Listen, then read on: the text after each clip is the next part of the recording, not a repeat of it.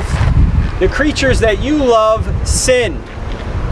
And since you're an infinitely just being, you can't allow them not to be punished. But since you are an infinitely loving being, you decide to come down to earth and pay the price of their sin for them. So you come down to this place, and 1 week before you're going to be sacrificed, you come down to this place, you get on a donkey. You don't come in on a white horse. You don't come in with a fleet of F-15s. You come down on a donkey. And when you get to this point, your disciples say, "Blessed is the King who comes in the name of the Lord, peace in heaven and glory in the highest." And some of the Pharisees who had been following him around said, "Rebuke your disciples." And he says, if they don't say something, the very stones will cry out. And as he gets to this point, he looks at the city and he begins to weep. Imagine you start crying. You've taken on human nature and you start crying because you know what's coming to this city in about 40 years.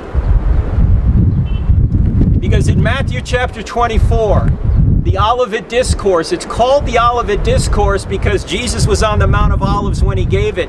And he was looking down at the temple and he says, "Not one stone will be left upon another." And then he gets to the point where he says, "The sun will be darkened, the moon will not give its light, the stars will fall from the sky."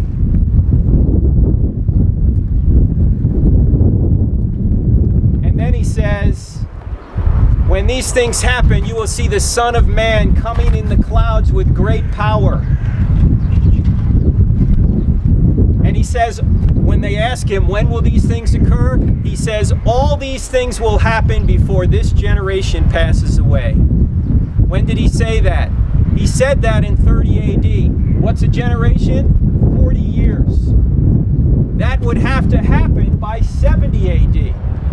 You say, but wait a minute. How can that happen by 70 AD? The sun didn't go dark. The moon didn't stop giving its light. The stars didn't fall from the sky. Where's the Son of Man? He doesn't come in the clouds. How can this be? Jesus is a false prophet. That's what many skeptics are now arguing. He predicted the end of the universe within one generation, and it didn't happen. How can this be?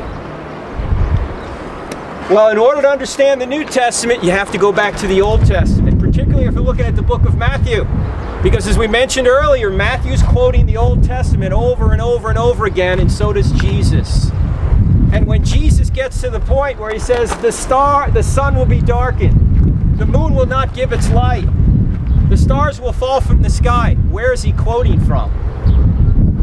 He's quoting from Isaiah chapter 13. And what is that original reference? That is the language that was used about Babylon being judged by Cyrus. Because Babylon judged Jerusalem in 586 BC. They tore the temple down. That's why Herod had to build a new one. And Cyrus judged Babylon. And at the time, Isaiah said, it will be a time when the sun will not give its light, or the sun will go dark, the moon will not give its light, the stars will fall from the sky. Did that really happen in 513 BC? No. Well, what's he using there? He's using something called apocalyptic language, which is a very strong way of expressing a literal truth, but he's not talking about it in a literal way. It would be like saying, we might use an idiom or an expression where we say, that car cost me an arm and a leg. Well, when you say that, you don't think the person's a double amputee, right? You are using a strong way of saying a very forceful thing. We don't communicate in wooden literal prose.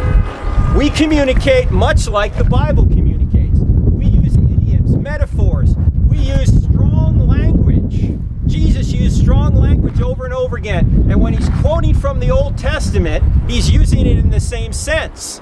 But what about the Son of Man coming in the clouds? How can that be? That didn't happen in 70 AD. Well, if you look at Isaiah 19, the coming in the clouds, it says that Yahweh rides a cloud in judgment on Israel. What could you see? Now, Ruth mentioned this earlier. If you're in Jerusalem and there's an army descending on Jerusalem, he mentioned that we're high. No matter where you come from in this land, you're going to go up to Jerusalem. So if you're standing in Jerusalem, what could you see if an army was coming upon it? You would see a cloud of dust coming from the horses, from the chariots or whatever they had.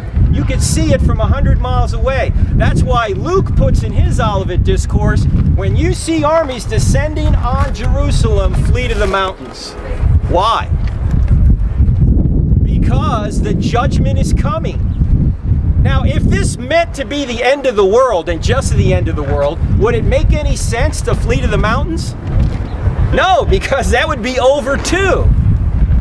So he's using this language to communicate that when you see this happening, get out of town. And most of the Christians did get out of town in 70 AD. They knew it was coming. The unbelievers didn't. They were slaughtered, as Josephus tells us. He called it the greatest war of all time. He said maybe up to 1 million people were killed. Maybe that's an exaggeration. Whatever it was, a lot of people were killed. Jesus was not a false prophet. He predicted it 40 years in advance.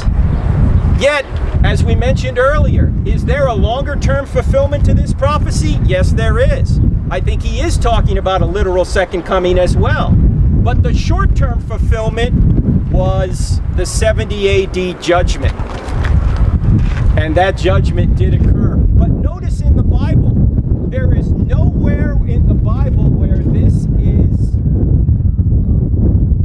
said to have occurred. Nobody says, look, Jesus was right. Why does nobody say that? Because the documents are written prior to 70 AD. They were already written down.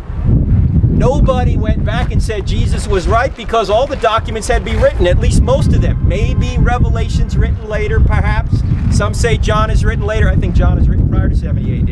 In fact, tomorrow, I don't know if we're going to get a chance to do this, Raouf, but right over to the right of the sheep gate, which is over a little bit to our right, there's something called the Pool of Bethesda, where Jesus healed some people who had gone down into the water. Well, it says in John 5, there is, near the sheep gate, the Pool of Bethesda. If he was writing after 70 AD, he wouldn't have said, there is, near the sheep gate, the Pool of Bethesda. There was no sheep gate, there was no Pool of Bethesda after 70 AD. So he's writing this prior to 70 AD. Now Jesus wept. The God of the universe comes and weeps over the people that he loves. In another context, he said, Jerusalem, Jerusalem, how I would have loved to have gathered you together like a hen gathers her chicks, but you were not willing. We all have free will to reject, and many do reject. Now, if the Lord of the universe is humble when he comes to earth, what are his followers supposed to be? We have no grounds to boast about anything, as Paul says on many occasions. If the Lord himself submits himself to our evil for our benefit and is humble doing it, we have no grounds to boast about anything. Everything we get comes from him anyway. Amen.